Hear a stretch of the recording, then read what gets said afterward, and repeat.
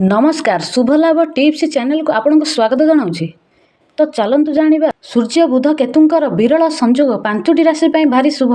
ज्योतिष शास्त्र दृष्टिकोण अगस्ट मासर शेष सप्ताह अत्यंत महत्वपूर्ण साब्यस्त होगा जाऊँगी। अगस्ट 24 रु 30 तारिख मध्य सिंह राशि में सूर्य बुध और केतुंकर विशेष संजोग देखा मिलूँ। यही समय सूर्य और बुधंकर मिलन बुधादित्य जोग सृष्टि होउछि। बुध बुद्धि और बाणीर कारक होइतिबा बेले सूर्य हेउछन्ति आत्मविश्वास और नेतृत्वर प्रतीक। तेणु यही ग्रह संजोग द्वारा निष्पत्ति नेबार क्षमता वृद्धि पाइब। यही ग्रह मानकर स्थिति एवं परिवर्तन हेतु समस्त 12टी राशि उपर यार प्रभाव पड़िब।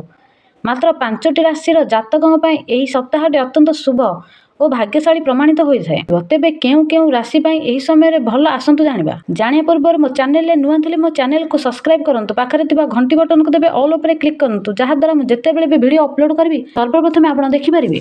तो चलतु जानि वृष राशि व्यक्ति विशेष ପାଇଁ ଏହି समय बहुत भल रहिबो। अटकी रहिथिबा काम संपूर्ण होई पारे। चाकरी रे नुआ दायित्व मिलिबा सह प्रमोशन मध्ये मिलि पारे।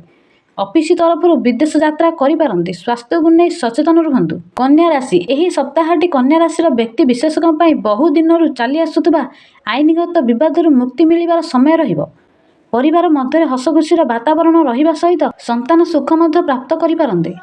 बिच्छा राशि व्यक्ति विशेषज्ञ ପାଇଁ अटकी रहितिबा कार्य द्रुत गति रे आगेइबो एवं व्यावसायिक यात्रा लाभदायक हेबो। व्यवसाय रे नूतन चुक्ति किंबा पौतृक संपत्ति लाभ मिलिबार जोग रहिछि। स्त्री इच्छा पूरण करंतु मां लक्ष्मी को आशीर्वाद मिलिबो। मकर राशि व्यक्ति विशेषज्ञ ପାଇଁ ଏହି समय आर्थिक रूप से भल रहिबो। जमी जमा किंबा प्रॉपर्टी रे पूर्वरु करा जाइथिबा निवेश रु बड़ धरणर आर्थिक लाभ मिलिबो। कार्यालय रे प्रशंसार पात्र होई पारंते। एमिति नुआ नुआ टिप्स जानिया को एबे ही मो चैनल को सब्सक्राइब करंतु। भल लागिले वीडियो टिको लाइक करंतु। रहूछि नमस्कार।